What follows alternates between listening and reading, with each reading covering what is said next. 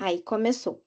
Então, eu quero falar uma coisa muito importante, né? Como eu falei, a revisão vai ser dos conteúdos das unidades de aprendizagem 9 a 16, né? Da disciplina de análise de investimentos, que vai ser contemplada nas duas provas, né? Na prova P2 e na P2 Sub. Cada polo tem seus dias, né? Eu falo isso porque aqui em Franca nós temos feriado na sexta-feira agora. Então, a nossa prova vai acontecer na segunda e na terça. Então, sempre peço para que os alunos procurem os orientadores de polo para saber certinho que data vai ser. Assim, pelo nosso calendário, a prova seria no sábado, dia 29, a P2, e na segunda, dia 1º, a P2 Sub, tá? Mas cada polo tem o seu calendário de acordo com os feriados, tá bom? O que eu queria falar também de muito importante é que a gente não vai ter uma revisão para a prova final, né? Mas a prova final, ela contempla todo o conteúdo da disciplina no semestre inteiro. Então, ou seja, o conteúdo da prova, da primeira prova, da prova do primeiro bimestre, e o conteúdo da prova do segundo bimestre. Então, caso vocês precisem, espero que não, né? Mas caso algum aluno precise fazer a prova final, que tiver média, né, abaixo de 5,5, ou seja, 5,4, né, tem que fazer a prova final. Então, se tiver que fazer a prova final, tem que estudar os dois conteúdos, né, da prova do primeiro e do segundo bimestre, tá? Então, eu sempre indico, revejam as aulas, tá? Tanto a aula de revisão da prova 1, tanto a aula de revisão da prova 2, e refaçam as atividades, né, que foram feitas atividades avaliativas.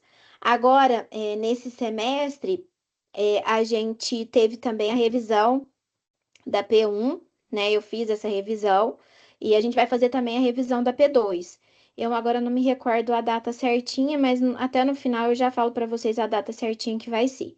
E aí, vocês podem acompanhar. Eu faço uma pequena revisão mesmo, mostro como que era e o que deveria ter sido assinalado e qual que é. Então, qualquer coisa, qualquer dúvida, vocês podem verificar.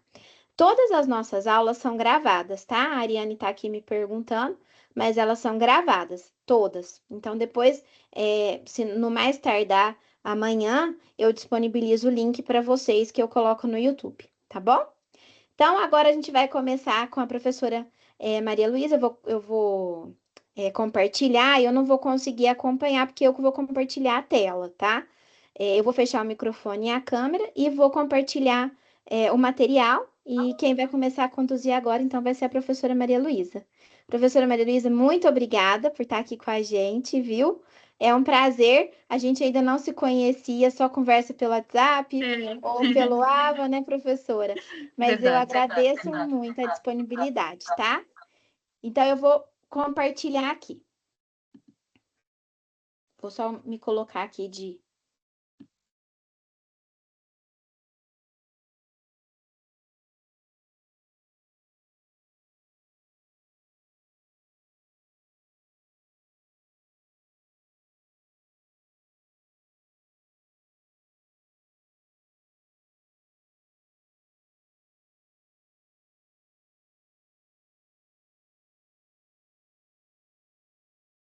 Bom, então, primeiramente, boa tarde. Tessia, muito obrigada pela oportunidade de estar aqui com vocês, né? É um prazer, obrigada pelo convite também para estar participando dessa aula. Professor Flaviano também, né? Primeiro contato nosso aí, então muito obrigada pela presença e participação. E aos demais alunos, né, que estão aí conosco também, muito obrigado pela presença e pela participação de vocês, né? Esse é o nosso segundo encontro, que a gente chama de segunda aula síncrona. A gente vai fazer uma revisão das unidades 9 a 16, conforme a professora Tessia já havia falado, né? Então, se a professora quiser passar aí, esses são os conteúdos que nós vamos abordar hoje. Estimativa de custos em projetos, vamos falar desses conceitos, né, da parte teórica. Substituição de ativos, também vamos tratar dessa teoria, desses conceitos. Análise do ponto de equilíbrio, vamos falar do conceito de ponto de equilíbrio e também da fórmula, né, do cálculo desse ponto de equilíbrio, vamos trazer aí um exemplo. Vamos falar de avaliação de um empreendimento, então, as teorias, os conceitos que nós estudamos abordamos na disciplina para isso. Opções reais também, né? Um outro conceito importante, vamos abordá-lo aqui. Falar sobre estudo de financiamento, aí nós vamos trabalhar tanto a parte teórica quanto os cálculos, e o impacto da inflação sobre projetos de investimento também, a teoria e o cálculo. Então, como vocês podem ver aí, é bastante conteúdo e vamos lá, né? Bom, para começar, a gente vai falar sobre estimativa e de custos em projetos. Eu acho que a palavra estimativa já está dizendo, né? Estimar é uma previsão. Como a gente diz aí, estimar é tentar prever o que pode acontecer. Quando a gente trabalha com uma estimativa, a gente não consegue ter a certeza, né, de que aquilo vai acontecer. Quando nós analisamos investimentos, muitas variáveis que nós trabalhamos são estimativas. Então, quando você projeta, por exemplo, um fluxo de caixa, quando você considera uma taxa de juros, aquilo está baseado em uma estimativa. Então, a estimativa de custos também é uma previsão, muitas vezes até uma previsão inicial dos gastos que estão envolvidos no projeto. Então, estimativa não é certeza, estimativa é previsão. E como toda previsão, a incerteza se traduz em risco. Então, toda estimativa de um projeto, ela vai apresentar um certo grau de incerteza, um certo grau de risco. Por que que a gente analisa investimentos? Exatamente para compreender esse grau de incerteza, para compreender os riscos que estão envolvidos no projeto. Então, os riscos existem quando nós usamos os melhores critérios de projeção. A gente aprende nessa disciplina várias técnicas de análise de investimento, lembrando que nenhuma delas vai eliminar o risco. O que nos ajuda é poder analisar melhor os projetos e até mesmo compreender um pouco mais sobre o custo envolvido nesses projetos, né? Então, aqui, como é que a gente lida com essa incerteza envolvida em um projeto, né? A gente faz uma análise com base no histórico, né? Então, para lidar com a incerteza, a gente pode fazer uma análise de projetos similares no passado. Então, vamos imaginar que a empresa está lançando um novo produto, mas ela já tem um portfólio de produtos anterior. Então, vamos olhar os produtos similares, né? Que são parecidos, que tiveram os mesmos custos, as mesmas características, o mesmo perfil. Vamos imaginar que a empresa está abrindo uma nova unidade fabril. Então, o meu investimento, olha, eu tenho outras unidades em outras cidades, vamos olhar o histórico disso, né? Ah, eu estou fazendo um investimento em um maquinário. E como é que foi os outros maquinários? Estou investindo no caixa da empresa e como é que foram os outros investimentos? Então, uma forma da empresa lidar com essa incerteza é estudar a base histórica da empresa, analisando projetos similares, né? Dos quais a empresa que tenham ocorrido na empresa, né? Uma outra possibilidade, além dessa consideração da base histórica, é a realização de testes de mercado. Então, tanto você fazer estudos de demanda, né? Qual é a possibilidade, por exemplo, se eu estou lançando um novo produto, qual é a previsão de demanda? Qual é o interesse do consumidor quanto a isso? Vou testar o mercado, né? Se eu lançar esse produto, se eu abrir essa unidade, se eu comprar esse maquinário, qual é a minha possibilidade de demanda, né? E aí, se existe também, né, uma viabilidade sobre essa demanda. Então, a realização de testes de mercado para analisar a reação, as possíveis reações que o mercado pode ter em relação ao investimento que você está fazendo, é também uma forma de você lidar com a incerteza ou de você reconhecer um pouco mais, né, o grau de incerteza existente no mercado, os riscos relativos àquele projeto. Né? E a outra possibilidade, ou uma terceira possibilidade aí, é a simulação com cenários econômicos distintos. E aí, geralmente, em análise de investimentos, a gente trabalha com três cenários, né? Aquele cenário otimista, olha, se tudo der certo, se o meu produto for um sucesso, se essa máquina aumentar muito a produtividade, se a minha nova unidade fabril, se a minha nova loja for assim, um investimento esplendoroso, se tudo der certo, se a economia seguir muito bem, né? Se o Brasil tiver um desenvolvimento maravilhoso, então, num cenário assim, otimista, o melhor dos melhores, né? como é que vai ficar o resultado da minha empresa? Como é que vai ficar o meu investimento? Da mesma forma, a gente fala, opa, peraí, e se acontecer o contrário? E se o produto não tiver sucesso? Se o cliente não aceitar? E se aquela máquina que eu comprei não aumentar a produtividade da minha empresa? E se os ganhos que eu tiver com o investimento não cobrirem os custos que eu tive, né? Então, num cenário pessimista, se todas aquelas possibilidades, né, que eu projetei, aquelas possibilidades mais negativas, se isso se concretizar, como é que ficam também os resultados da minha empresa? Então, geralmente, a gente constrói, né, um cenário de possibilidades muito otimistas, muito pessimistas e um cenário mais conservador ou um cenário um pouco mais realista, né? Olhando o que está acontecendo hoje na minha empresa, olhando as perspectivas de mercado atuais, olhando o cenário econômico atual, olhando a estrutura da minha empresa, o posicionamento da minha empresa no mercado. Então, considerando a realidade que a empresa está vivendo naquele momento, né? Então, qual é o cenário? E essa construção de cenário também ajuda o gestor a entender as possíveis variações, as possíveis incertezas, né? Os riscos inerentes a cada um desses cenários, né? Então, a gente fala que o risco, ele vai acontecer. O risco sempre existe. Estamos aqui, ó, nessa aula síncrona, né? Mas a gente não tem um controle sobre o que vai acontecer conosco depois dessa aula. Existe um risco, né? No meio da nossa aula aqui, a energia elétrica pode acabar, por exemplo, a internet pode cair, isso é um risco. Existem variáveis que, por mais que a empresa faça projeções, ela não consegue controlar. Por isso que a gente disse que existe um grau de incerteza em todas as atividades que nós desenvolvemos, incluindo aí, né, os investimentos da empresa, né? Quando a gente faz essa estimativa, quando a gente usa base histórica, quando a gente faz testes de mercado ou quando nós analisamos cenários econômicos distintos, essas técnicas, elas nos possibilitam lidar com a incerteza, entender melhor um cenário incerto, entender melhor os riscos do investimento. Então, estas estimativas, este estudo, pode ajudar a empresa, ajudar o gestor a reduzir as incertezas, né? Mas jamais a gente vai eliminar. O risco, ele pode ser reduzido, mas ele não pode ser eliminado. A incerteza pode ser reduzida, mas não pode ser eliminada. E aí, a gente também, né, quando falamos de análise de investimentos, é claro que as empresas, elas têm muitos fatores que levam as empresas a realizar investimentos, né? Aqui, a gente fala de substituição de ativos.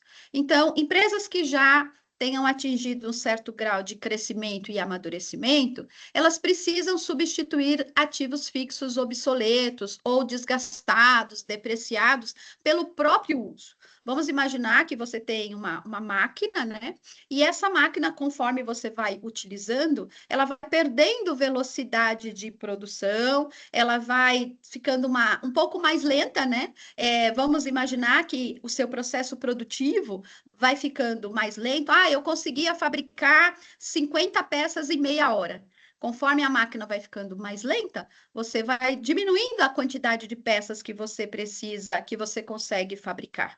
Então, isso pode comprometer a produtividade da empresa, isso pode aumentar os custos da empresa, né? Então, é importante que os ativos fixos sejam substituídos para que a empresa possa manter a sua produtividade. É como um computador, né? O seu computador, o seu celular, conforme você vai utilizando, né? Ele vai ficando obsoleto, as peças vão ficando desgastadas, às vezes você pode ter uma tecnologia, um programa que você precisa baixar, mas a sua máquina já não é mais compatível. Por quê? Porque a sua máquina se tornou obsoleta ou desgastadas, né?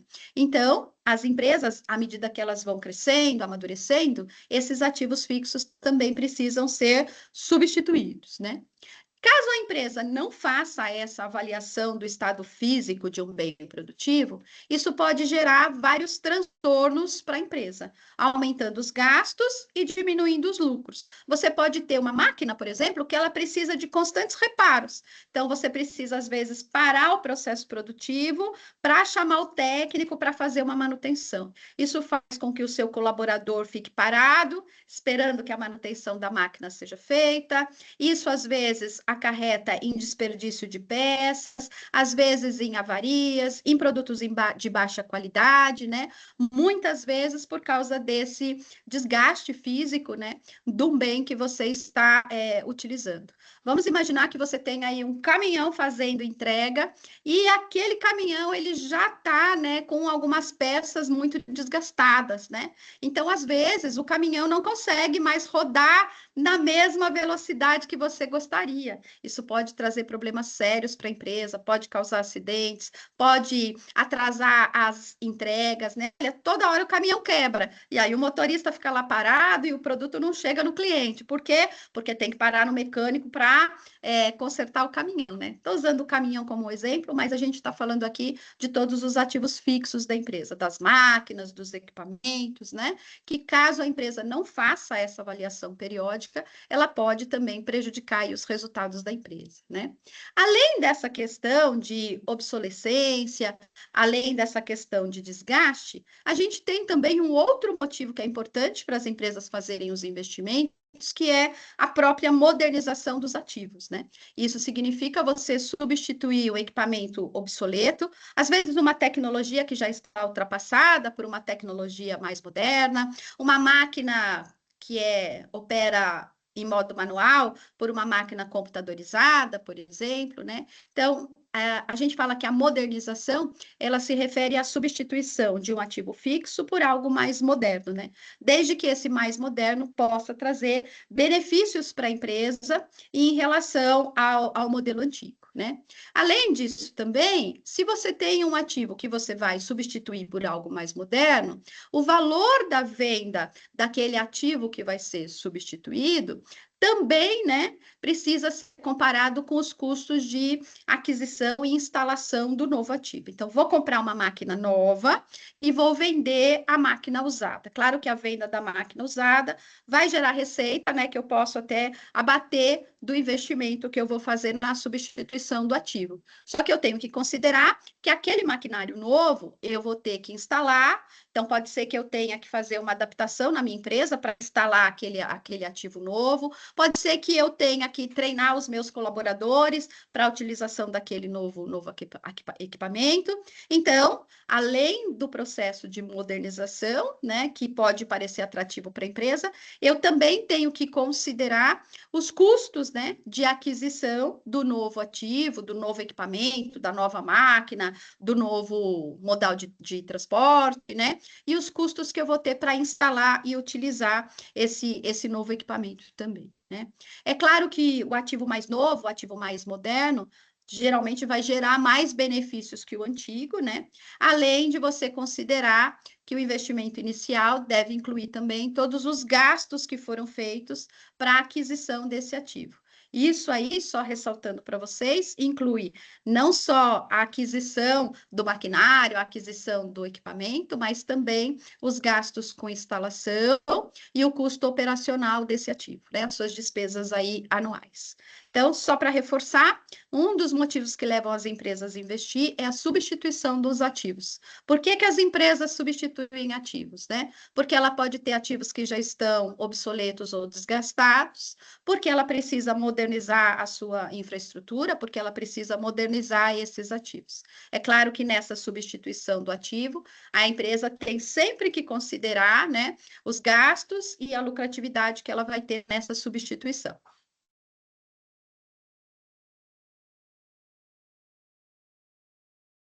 Um terceiro ponto, que é muito importante a gente considerar quando estamos analisando investimentos, é o que a gente chama de ponto de equilíbrio do projeto, né? A grosso modo, ou de uma maneira bem simples, né?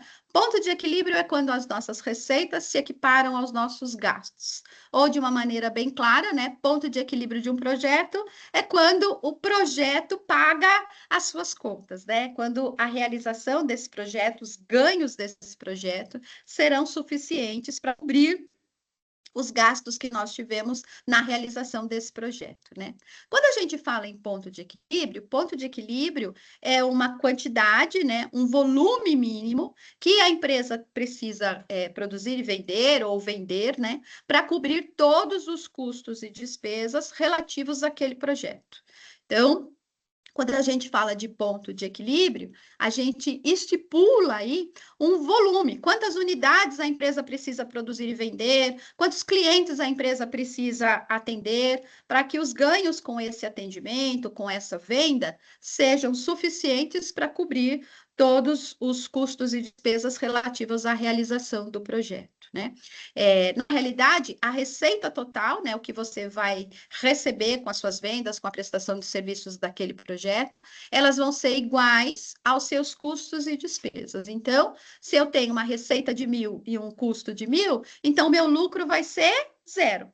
O ponto de equilíbrio é como se ele fosse um ponto de partida. Olha, se eu conseguir vender 1.000, eu vou ganhar 1.000, então eu vou estar equilibrada. O que eu ganho vai ser suficiente para cobrir todos os meus custos e todas as minhas despesas, né? Então, no ponto de equilíbrio, as receitas são iguais aos custos e despesas, gerando um lucro zero, gerando um resultado nulo, né? O ponto de equilíbrio sempre vai ser essa comparação. As receitas que eu obtive com o projeto, comparado aos custos e despesas para a realização desse mesmo projeto. Quando a gente tem variação de uma das variáveis envolvidas na fórmula, pode-se alterar o ponto de equilíbrio. Então, por exemplo, maiores custos e despesas fixas significa que eu vou precisar aumentar a quantidade a ser produzida e vendida para que eu possa atingir aí o ponto de equilíbrio. Então, se ao longo do processo a empresa tiver um aumento de custos e despesas, eu também vou ter que aumentar a quantidade para conseguir cobrir esses custos e despesas fixas. Aqui a gente colocou para vocês, relembrando aí, né, a fórmula que a gente usa para calcular ponto de equilíbrio, né? Então, para o cálculo do ponto de equilíbrio, para determinar essa quantidade necessária, né, ou esse volume necessário para que a empresa possa equilibrar a receita e os custos e despesas, a gente calcula por essa fórmula aqui. Ponto de equilíbrio é igual o total de custos e despesas fixas dividido pelo preço de venda unitário do produto ou do serviço, menos os custos e despesas variáveis unitários. Lembrando que quando a gente faz preço de venda unitário menos custos e despesas variáveis unitários, isso é o mesmo que nós chamarmos de margem de contribuição. Então, é possível também você calcular a forma do ponto de equilíbrio e você usar custos e despesas fixas dividido por margem de contribuição. É a mesma coisa. E o que é margem de contribuição? Eu vendi o meu produto a um preço X, desse preço eu cobri os custos variáveis e o que sobrou é o que eu vou contribuir para pagar os demais custos e despesas fixos da empresa. Então, margem de contribuição é calculado pela fórmula preço de venda menos custos e despesas variáveis. O resultado que eu encontro chama-se margem de contribuição, porque o MC vai contribuir para que a empresa possa cobrir os custos fixos dela, para manter a empresa funcionando, para a manutenção das suas atividades. A gente colocou aqui um exemplo de ponto de equilíbrio, né, para uma melhor interpretação aí dessa teoria, né? Aqui no nosso exemplo, a gente considerou que um determinado produto vai ser vendido por R$ 500 a unidade. Esse mesmo produto tem custos e despesas variáveis de R$ 350 por unidade. E a empresa tem custos e despesas fixas de R$ 600 mil por mês. Então, a nossa pergunta, né, considerando que esse é o nosso projeto, a nossa pergunta é: quantas unidades eu vou precisar vender para que eu consiga cobrir os custos variáveis e fixos do meu projeto, né?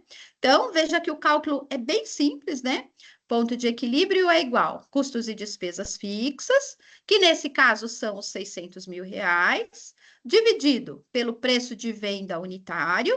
Então, nesse caso, cada unidade vai ser vendida por R$ 500, menos os custos e despesas variáveis por unidade também, que no nosso exemplo é de 350 unidades. Então, 500 menos 350, chegamos em R$ 150. R$ 150 é o equivalente à nossa margem de contribuição.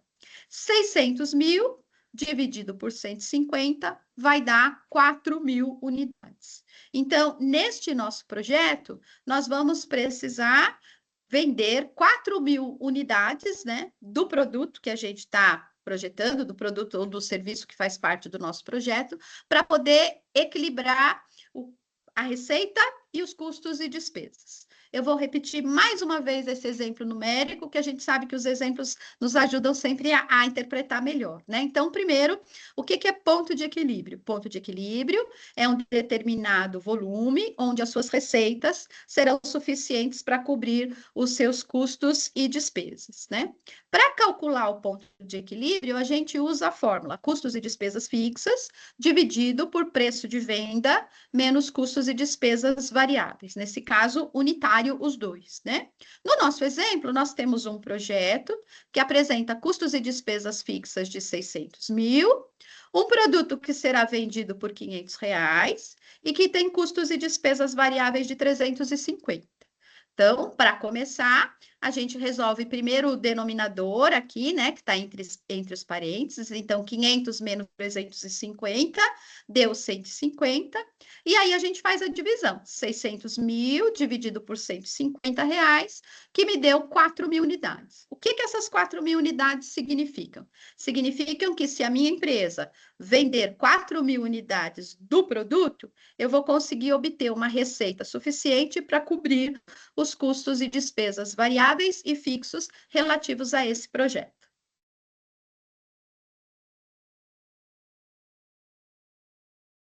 Aqui, né, interpretando melhor os nossos resultados, então, o nosso ponto de equilíbrio, 600 dividido por 150, deu 4.000 unidades. Aqui a gente está trabalhando em quantidade, mas e se a gente quisesse trazer isso em receita? Qual vai ser a receita, então, gerada por esse projeto? Então, para eu estipular o ponto de equilíbrio em valor, né, em reais, a gente faz a quantidade que nós descobrimos aqui com a fórmula, né? Então, as 4.000 unidades, vezes o preço que eu vou vender o produto. Então, 4.000 unidades vezes R$ 500, então isso vai me gerar uma receita, né? Um ponto de equilíbrio em valor de 2 milhões. Então, vendendo R$ 2 milhões, eu vou conseguir cobrir todos os meus custos variáveis e fixos, né? Nesse caso, como a gente quer analisar a viabilidade, analisar o nosso investimento, analisar aqui o nosso projeto, considerando esses valores que foram apresentados, o projeto ele só começa a dar lucro a partir do momento em que eu vender 4.000 unidades. 4.000 unidades é onde eu equilibro, né? Ou se eu conseguir vender 2 milhões em faturamento. Então, se eu atingir um faturamento de 2 milhões ou a venda de 4.000 unidades, o meu projeto começa a se tornar viável, né? Com 4.000 unidades ou com 2 milhões de faturamento, o meu projeto vai estar em ponto de equilíbrio. A partir daí, quanto mais acima, né, desse ponto de equilíbrio eu tiver, maior vai ser a minha lucratividade. E se eu ficar abaixo desse volume ou abaixo desse faturamento, nesse caso, o meu resultado não vai ser suficiente para cobrir os custos e despesas.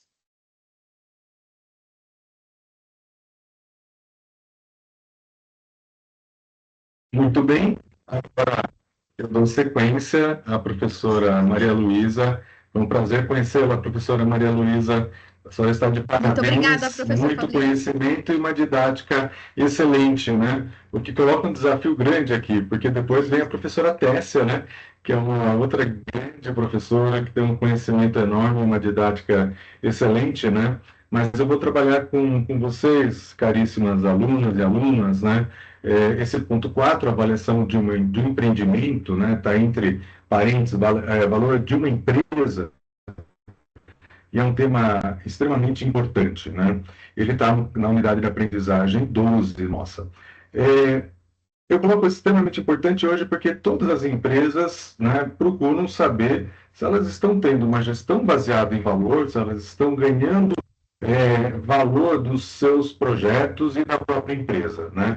Então, hoje, é muito comum, acredito que vocês terem ouvido falar no valuation da empresa, qual o valor de uma empresa, né? Existe toda uma metodologia para calcular o valor de uma empresa, quando, por exemplo, eu quero vender a empresa, fazer uma joint venture, trazer um investidor, ou seja, sempre se busca, né, ter uma ideia do valor da empresa. Então, a nossa unidade de aprendizagem é muito rico nesse sentido, né? Então, primeiro deve-se entender o negócio e todas as influências internas e externas que podem refletir, né, de alguma forma, o valor, né, da empresa ao longo do tempo. O que são, né? O que é entender o negócio, né? É ter uma noção clara da empresa, né? De como ela está estabelecida, de qual a participação de mercado que ela tem, quais são seus resultados, seus custos, suas receitas, né? Ter toda uma ideia ter muita clareza, né? Do próprio negócio, né? Quais são as áreas de atuação, né? Ter uma ideia principais produtos ou serviços que ela tem no mercado, né, de forma que possa se ter uma noção clara, né, deste empreendimento, de como ele começou, como ele está e quais são as perspectivas dentro das influências que ele vai sofrer, né, as próprias questões internas, né, que são inúmeras, né, da própria gestão da empresa, da rotatividade de pessoal, do nível de conhecimento de pessoal, de sua tecnologia, da sua produtividade, da sua capacidade de inovar, né, de fazer investimentos, né, estar sempre atualizado no mercado, enfim, são muitas das suas questões internas e externas, né, aquilo que foge ao controle das empresas, né, porque elas são pressões de fora para dentro, né, que de uma certa maneira podem estar contribuindo ou podem estar pesando, né, para que a empresa ela venha ganhando valor ao longo do tempo, né? Então, isso é um ponto essencial de saída, né, para entender o contexto da empresa, né? Depois, né, fundamental verificar o potencial de crescimento da empresa, né, e também a viabilidade de todos os seus produtos ou serviços, né, e entender a influência de uma marca no mercado, daquilo que ela vai constituindo, né, dos seus produtos, a marca que vai ficando, ganhando espaço dentro do mercado, um reconhecimento dentro do mercado, né, isso é fundamental, ou seja, toda essa característica de potência, né, que a empresa tem para continuar crescendo, organizando novos investimentos. Hoje, cada vez mais, a empresa que demonstra a capacidade de investir, né, continuamente nos seus processos, nos seus produtos e serviços, melhorando sua qualidade, a sua produtividade, né, que se encaixa muito com o que a professora Maria Luísa colocou para a gente, né? Então, ela vai tendo, né, uma melhor condição de como que ela consegue trazer isso para o valor da empresa, que vai se consubstanciando dentro da marca da marca da empresa dentro do mercado, né? E aqui, como diz, conhecer o valor da empresa significa descobrir o capital próprio, né? Entender essa empresa, aquele capital que ela constituiu, né? Aqui a gente fala desse capital, né? Tanto tangível e intangível, né? De todas as suas máquinas, equipamentos, mas também tudo aquilo que é intangível, desde a sua marca, né? As suas especializações, né? Tudo aquilo, as suas expertises que a empresa tem, né, que vão fazer com que eu tenha uma ideia, né, exatamente de como que eu estou constituindo a empresa e esse capital, né, que eu tenho, né, formando a empresa e que vai contribuir, né, muito nesse fluxo de caixa, né, operacional da empresa no presente e no futuro. E aqui, né, a gente vem que conhecer esse valor da empresa também nos leva a entender a TMA, né? Conseguir definir uma TMA, uma taxa mínima de atratividade para a empresa, né? Ela vai estabelecer a sua forma. Tem empresas hoje que utilizam, né, algum indicador, como a Selic, uma taxa de juros de longo prazo, mas elas incluem também determinadas taxas de risco. Enfim, varia muito, né? Existe muito específico de cada empresa definir a sua taxa mínima de atratividade, a sua taxa de risco, né? E aí também trabalhar o horizonte, né, dessa projeção, né? A gente vai depois falar sobre isso, né?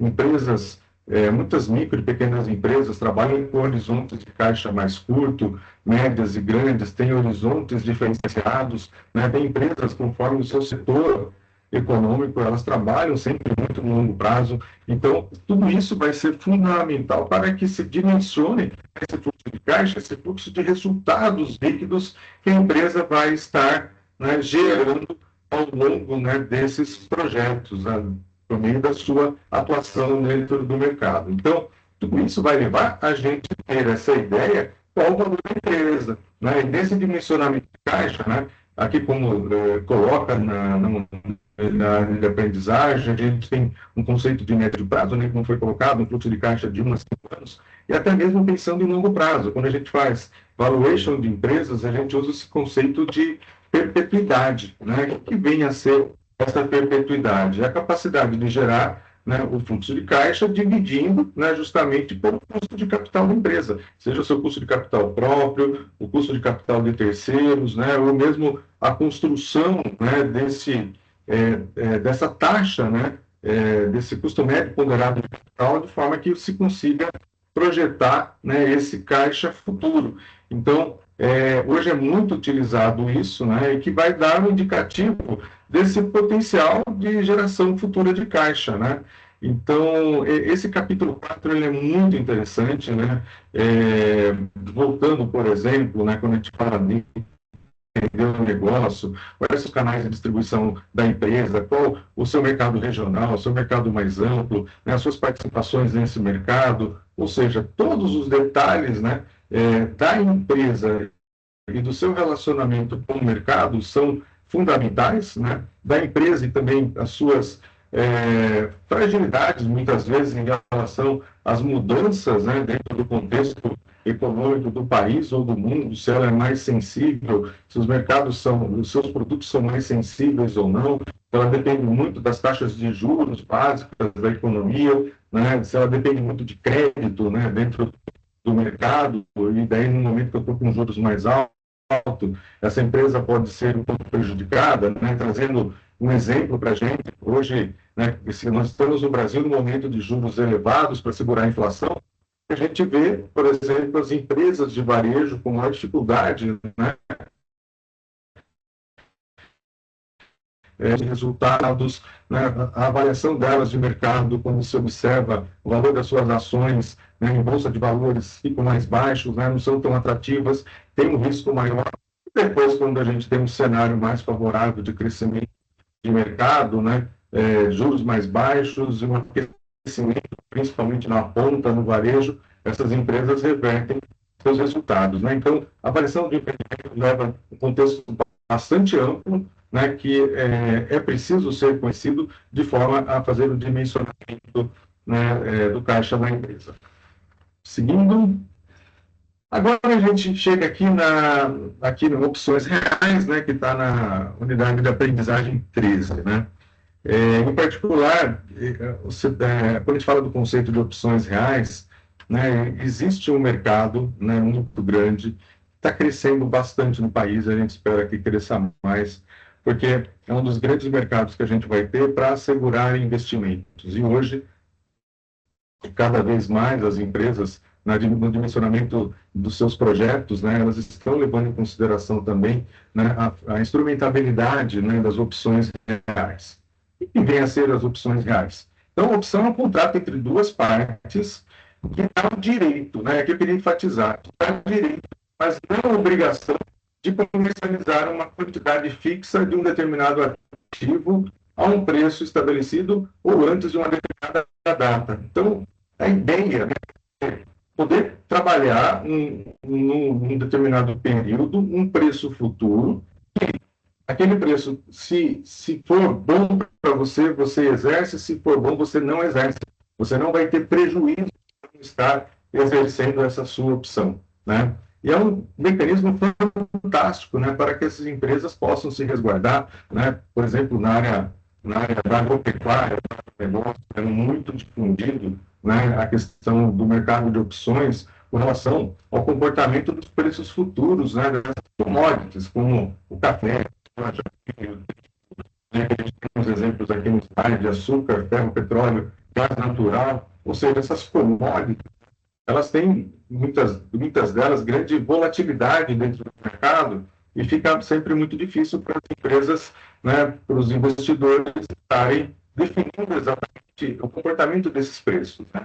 Então, o A13, ela vem justamente trazer essas definições, né, e com exemplos muito interessantes aí, né, que a gente vai ver depois no slide seguinte, mais um minutinho ainda, professora Tessa, sobre a questão do boi gordo. Então, a gente tem dois tipos de opções de compra, né, que é o direito de adquirir um ativo por um preço previamente combinado, né? Se meu preço for menor, né, eu acabo, né, posso comprar esse preço ou não conforme o meu interesse, né? É o menor preço para comprar. E as opções de venda, estou fazendo até o sinal de mercado, né, que antigamente, quando a gente tinha um pregão presencial, acabei acompanhando muitas vezes, eu trabalhava no setor financeiro ali perto da Bolsa, né? Então, quando eu estou comprando, eu faço esse sinal, né, trazendo aqui para a cabeça, quando estou vendendo, eu faço o sinal que eu estou vendendo, né? Então, as opções de venda, de vender certo ativo, por um preço também sempre combinado, né? Então, a ideia do maior preço para vender. Então, a gente vai um exemplo aqui para vocês, professora Tessia, né? Então, aqui coloca para a gente, né? Opções reais. Então, opção de compra, né? É um exemplo para a gente entender. Então, a gente aqui fala para a gente, caso o mercado esteja com um preço inferior ao contrato de opção, é melhor não exercer a opção e comprar um valor menor, né? Então, aqui a ideia de que está na nossa unidade de aprendizagem, lá da compra do boi gordo. Eu sinalizei uma opção de compra a R$ 20 o quilo da carne, tá? E quando chegou o momento, né, da compra, o mercado estava mais baixo, R$ 18. Então, o que eu vou fazer? Eu não vou fazer a minha opção de comprar por 20, eu vou comprar no mercado por 18. Mas eu estou defendendo, né, o meu projeto, a minha empresa, na medida que eu tenho um contrato, uma opção de 20. Supondo que o mercado tivesse a 22, né, estaria sendo muito bom fazer essa compra, né, pelo preço de 20. Eu estaria me resguardando um pouco mais, tá? Então, é muito importante esse mercado, ele é uma forma de um seguro, né, que acaba sendo, como eu diria assim, a palavra seguro no sentido de trazer maior segurança, né, para todos esses operadores, todos esses investidores do mercado. Já a opção de venda, né, aliás, só para terminar aqui a opção de compra, então, continuando ali no parágrafo. Caso o mercado esteja oferecendo um preço superior ao contrato de opção, deve-se exercer a opção garantindo o preço melhor, né? Por isso que eu falei do exemplo do boi gordo. E na opção de venda, é muito comum os produtores celebrarem esse tipo de opção, né? Quem produz, tá? Pois garante a venda de sua colheita por um valor já determinado, né? Porém, se quando chegar a época, né, eu estiver oferecendo um valor de venda mais interessante, eu não vou vender naquele preço que eu optei, eu vou vender pelo preço mais alto, né? Então, esse mercado é um mercado que está crescendo bastante no país, é um mercado importantíssimo, né? É um mercado também que a gente traz todo esse ferramental com relação aos investimentos, né? Dimensionando o fluxo de caixa, tendo o melhor momento dos investimentos com relação ao comportamento da taxa de juros. É muito interessante também na unidade 13, para já terminar, passar para a professora Tessia, né? Ali daquele exemplo do boi gordo, ele traz uma tabela grande para a gente, com a volatilidade, né, do preço do boi gordo, e se estabelece, né, uma ideia, né, de um preço atual, um preço, né, do exercício. Essa diferença você vai poder fazer uma série de medidas estatísticas, né, para chegar àquele comportamento ideal de preço no futuro. Então, era isso, né, falando para vocês no item 4, né, da avaliação do empreendimento, e no 5 das opções reais, né, para trazer para todos aí exemplos.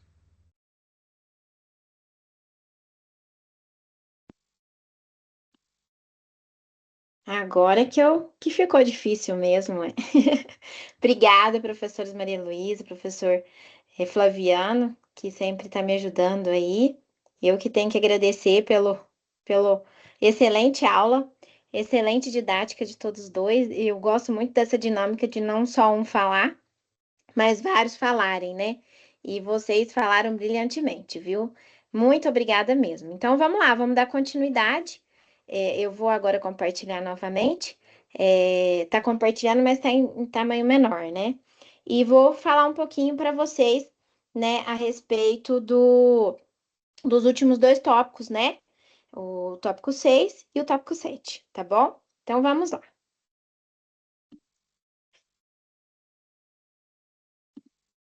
Então, a gente vai falar um pouquinho da parte de estudo de financiamento, né? O que que trata, né? Por que falar de financiamento, né? A gente sabe que as empresas hoje, elas às vezes não têm recursos próprios suficientes para poder arcar com algum tipo de investimento que ela tenha que fazer. Então, por esse motivo, ela vai até o mercado, né? Ou seja, ela vai até a terceiros, né? A gente chama de terceiros isso, né? O mercado financeiro e pede, né, algo emprestado. E é muito comum as instituições fazerem financiamentos, né, com instituições que possam conceder tais recursos para a empresa. Então, o ponto de partida acaba sendo essa possibilidade, né? Caso, logicamente, a empresa não tenha recursos próprios suficientes, ou seja, não tenha dinheiro disponível para fazer o investimento. O que que ela faz então? Ela vai até o mercado e analisa, né, os vários tipos, né, de possibilidades que tem. E uma das possibilidades que a gente vê que é muito comum e que é viabilizada pelo governo é o FINAME, né? O FINAME é uma linha, né, que existe de financiamento e ela é feita junto com o Banco Nacional de Desenvolvimento, né, Social e Econômico, que é o BNDES, e ele viabiliza, né, a possibilidade das empresas fazerem financiamentos para adquirir algumas máquinas e equipamentos. Então, diante disso, né, a gente trata nas unidades de aprendizagem, se não me engano, essa unidade é a unidade 15, tá? E ela trata sobre justamente essa parte de como fazer esse financiamento, né? E como calcular se vale a pena fazer o financiamento, porque é isso que a gente precisa analisar em investimentos, né? É ver se é viável e interessante para a empresa, diante do investimento que a empresa tem que fazer esse financiamento, tá? Então, como eu coloquei aqui, é importante avaliar tanto o valor financiado como também o valor da prestação, verificando se é possível efetuar ou não o financiamento. Então, eu acabei não explicando essa parte da prestação, né? Porque o que acontece? Quando você tem que fazer um investimento muito alto, e isso demanda, né, adquirir recursos de terceiros também com uma demanda muito alta, a gente precisa visualizar, né, o fluxo financeiro da empresa e ver se a empresa tem condições de pagar as prestações referentes ao financiamento que vai ser feito. Então, um dos pontos principais, além de verificar se é interessante fazer o financiamento, é também verificar se a empresa vai ter condições, né, financeiras para arcar com as prestações que esse financiamento vai proporcionar para a empresa. Então, a gente sabe, eu gosto de fazer sempre uma analogia com a nossa vida pessoal, né? Porque às vezes a gente não tem essa possibilidade de viver isso em empresas, mas na nossa vida pessoal a gente vê isso claramente. É a mesma história, né? A gente vai lá e quer comprar alguma coisa, né? Se a gente quer comprar alguma coisa, então quer dizer que a gente precisa analisar como a gente vai comprar. Eu não tenho recurso suficiente, né? Eu não tenho recurso, né, suficiente para comprar. Então, vamos supor que eu queira comprar um computador. Ele me custa 5.000 reais. Eu tenho dinheiro próprio para comprar? Não, não tenho. Mas eu consigo dividir ele em 5 parcelas. Beleza, mas se eu for fazer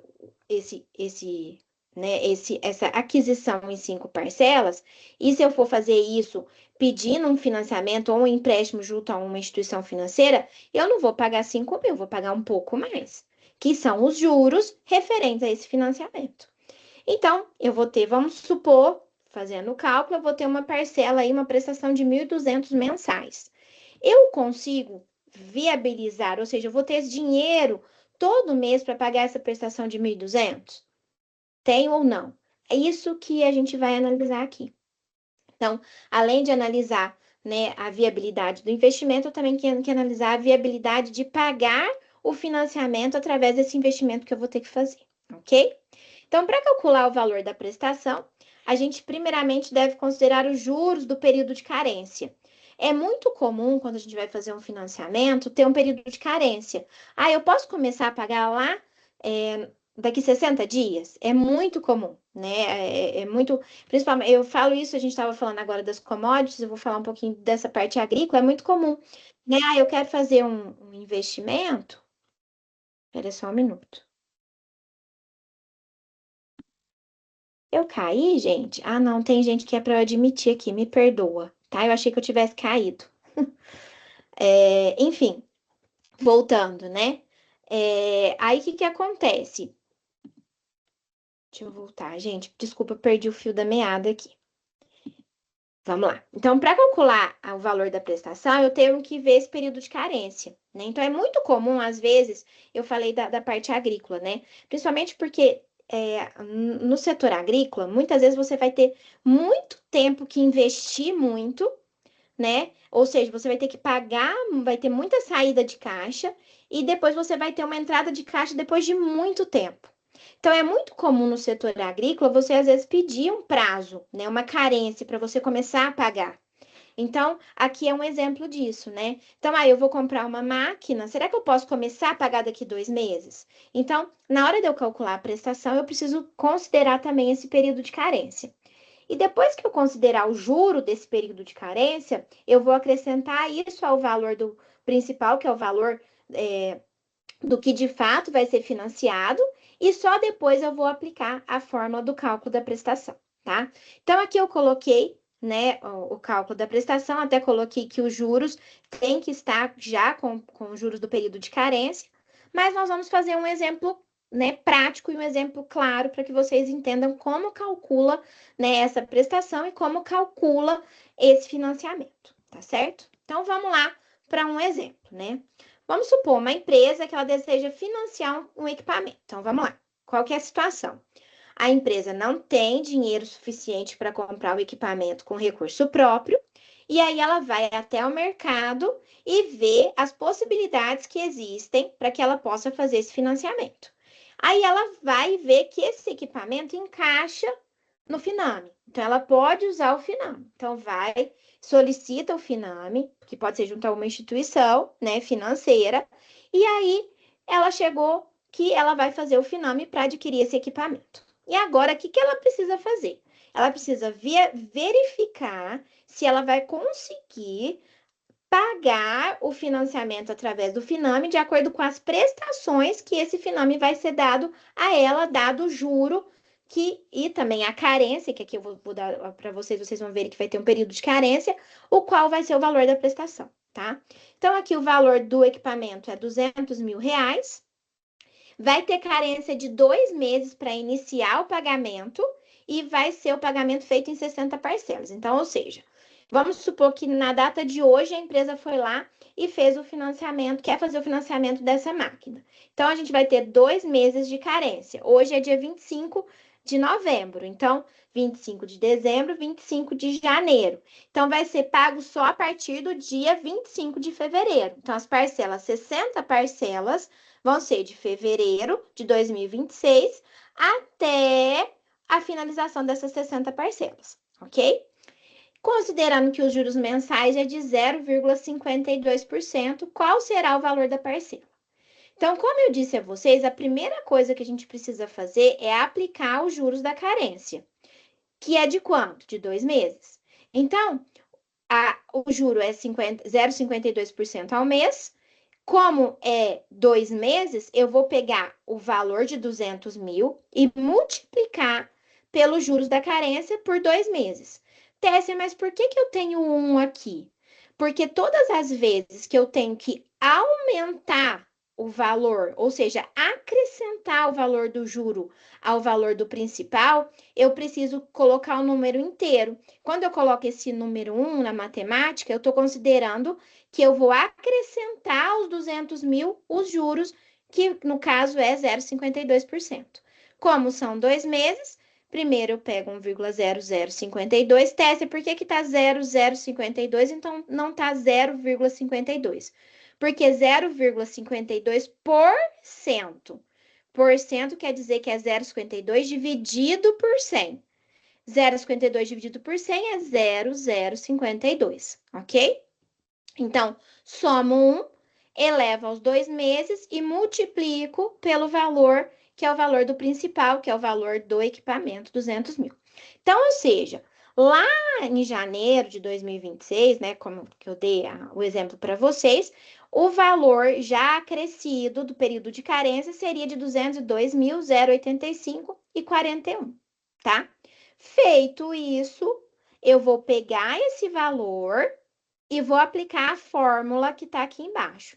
Eu vou colocar o valor do principal atualizado, o juro, que é o I aqui, multiplicado por 1 mais o juro, elevado ao período, que é 60. Dividido por 1 mais o juro, então 1 mais o juro, elevado a 60 menos 1. Lembrem que sempre eu preciso fazer a parte exponencial para depois fazer a subtração ou a multiplicação, tá? Então, aqui nesse caso, a gente vai fazer 1,0052 elevado a 60, multiplicado por 0,52. 0,0052. E aqui a mesma coisa. 1,0052 elevado a 60 menos 1. Achado o numerador, achado o denominador, eu vou fazer 1 dividido pelo outro e depois multiplicado pelo valor do principal atualizado pelo período de carência, me gerando uma parcela a cada um dos 60 meses de R$ 3.929,47, ok? Então, vamos lá. Vamos entender de novo. Eu pego o valor que eu vou fazer o financiamento, multiplico pela taxa de juros, 1 mais, como eu expliquei para vocês, porque eu estou considerando o valor atualizando, estou adicionando juro ao valor do principal. 2 meses, que é o período de carência, tá? Acho o valor do principal com o período de carência, e aí eu aplico a fórmula, que é justamente eu pegar o 0,052 vezes, acho o primeiro exponencial desse aqui, depois faço a multiplicação. Depois eu faço o exponencial aqui, né, de 1,0052 elevado a 60, menos 1, achado o numerador como já tinha achado, divido pelo denominador, e depois eu multiplico pelo valor, né, do principal com o juro de carência, ok? E o último, né, o último assunto que a gente vai tratar aí na aula é o impacto da inflação. Peraí que tem mais uma pessoa para eu adicionar. Só um minuto, gente. O impacto da inflação, né, diante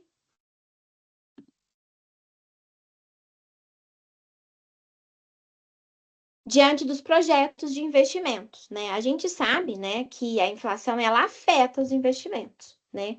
Então, muitas vezes, né, quando a gente fala assim, por que eu tenho economia? Por que eu vou aprender economia? Porque eu preciso ter uma noção de que algumas influências, algumas variáveis econômicas vão afetar alguma parte do meu negócio.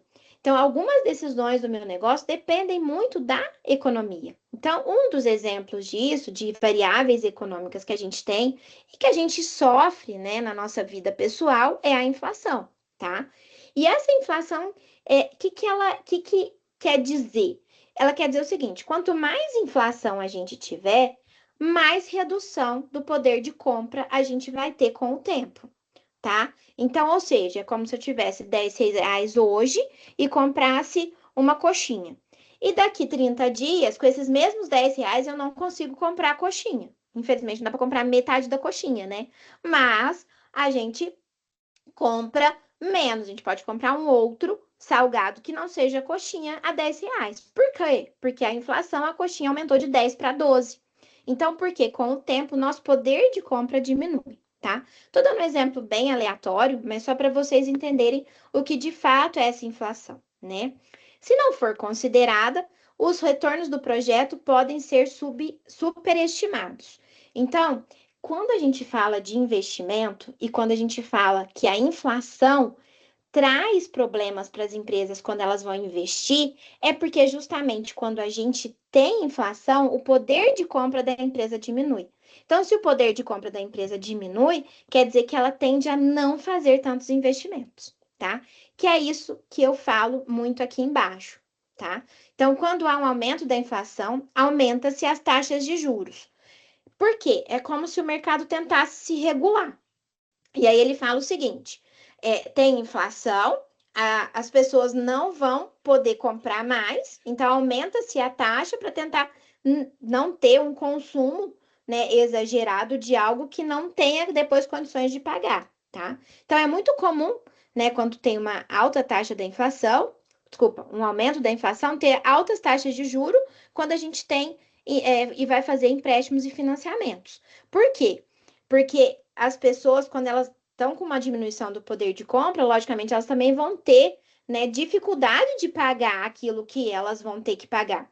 Então, por isso que aumenta a taxa para que, assim, só quem realmente puder fazer o financiamento ou o empréstimo é que vai fazer realmente e vai ter condições de pagar, tá?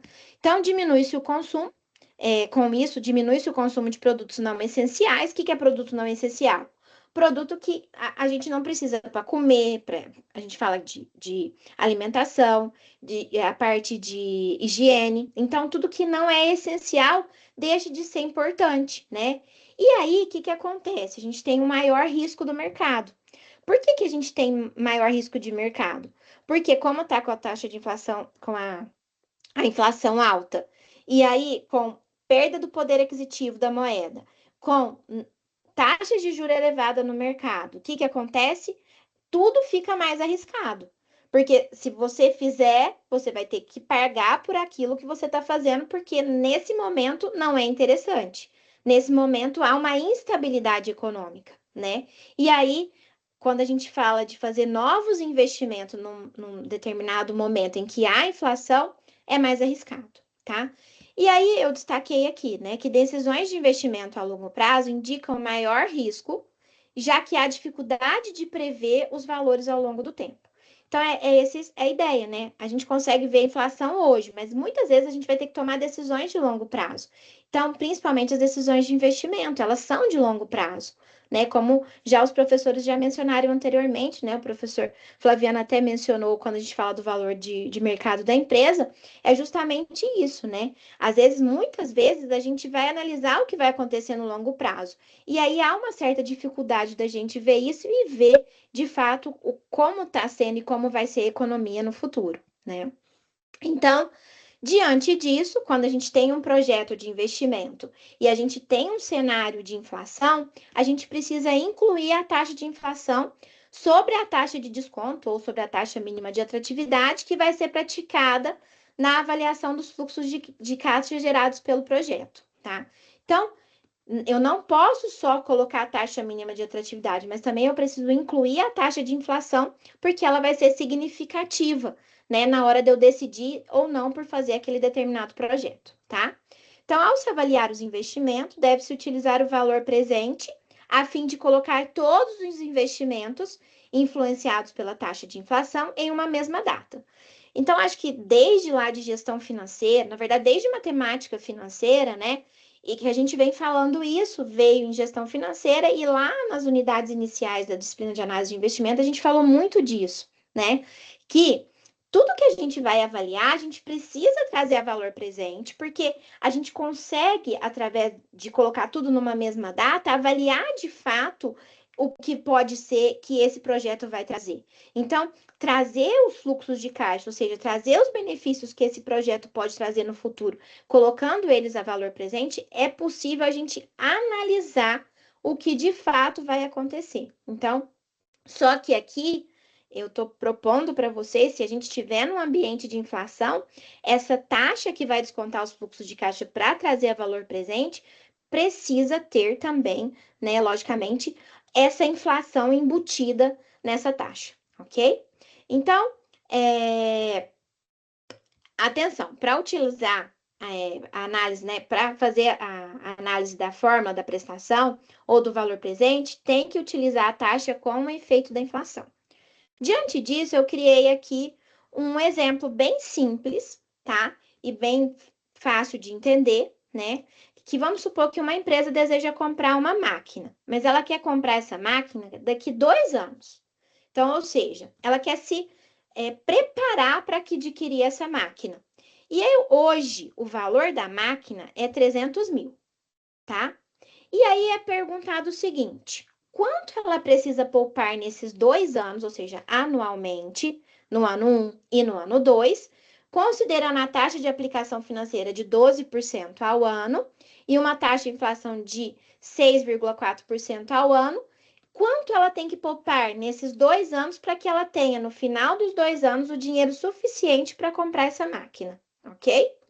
Para fazer isso, nós vamos ter que usar 2 etapas. A primeira etapa é corrigir o valor pela inflação. Então, ou seja, como eu falei, os 300 mil é hoje, mas a empresa quer comprar daqui 2 anos.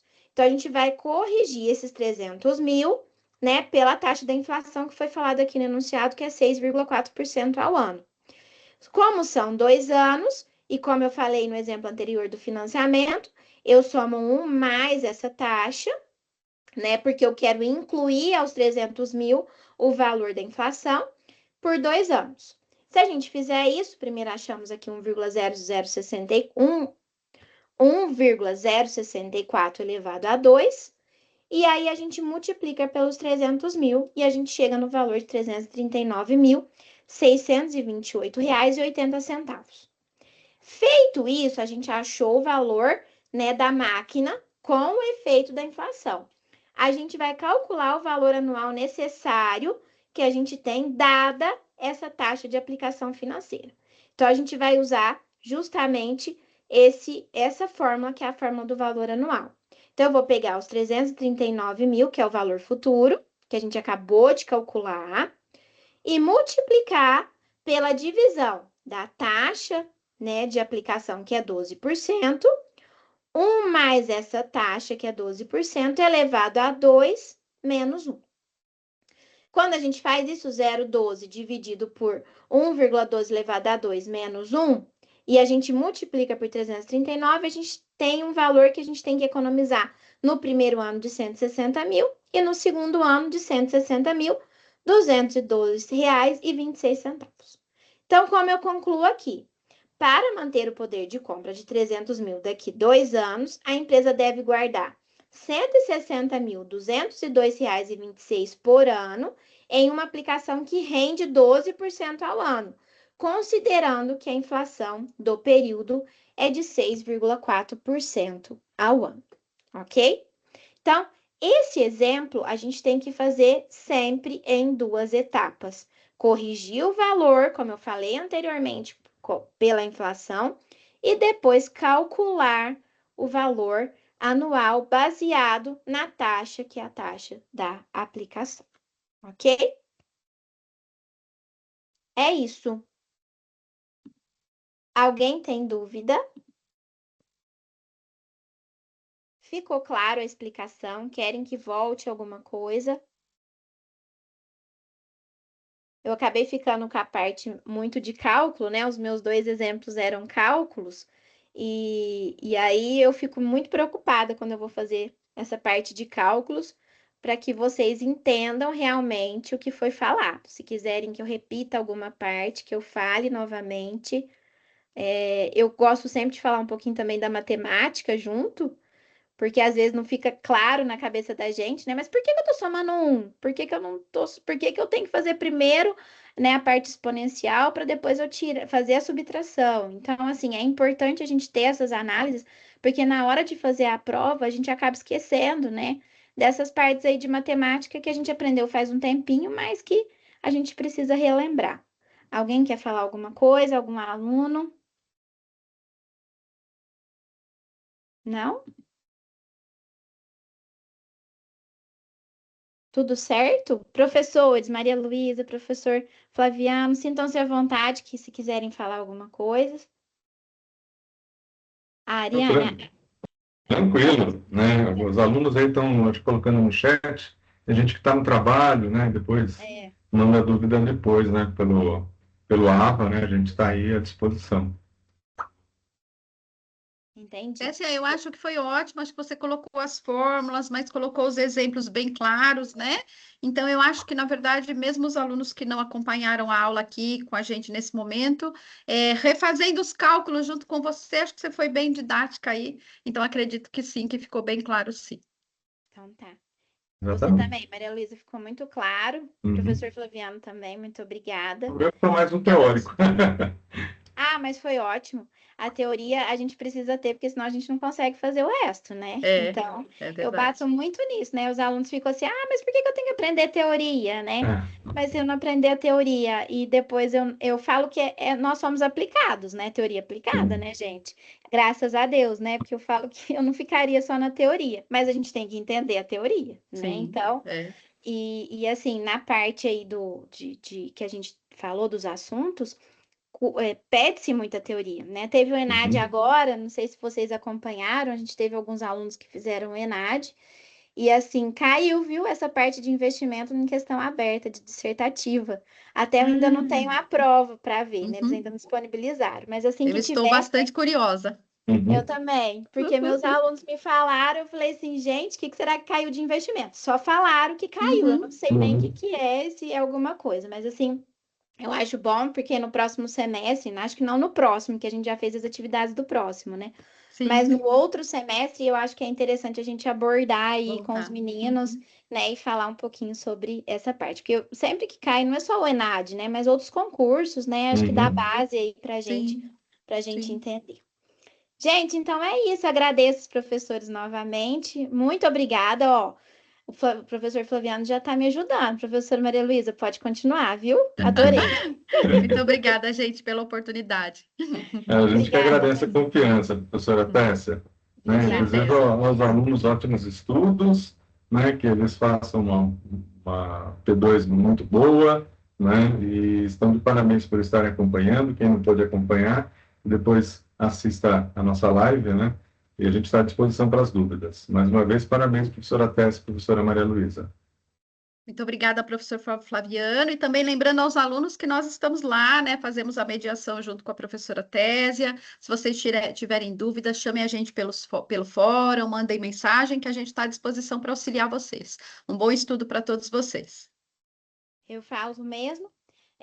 Os professores estão à disposição, caso vocês tenham dúvida de algum assunto e que é possível que eu possa ajudar, estou à disposição, tá? Mas procurem os professores, os mediadores online, refaçam, como a professora Maria Luísa nos falou, refaçam os cálculos com calma. Eu vou disponibilizar os slides. Na hora que eu fui fazendo, eu achei uns errinhos de português que a gente não tinha visto. Uhum. É sempre assim, né? Eu já anotei aqui, vou dar uma mudada e já vou colocar também os slides e a gravação, tá? Até amanhã, se Deus quiser, vai estar lá, tá bom?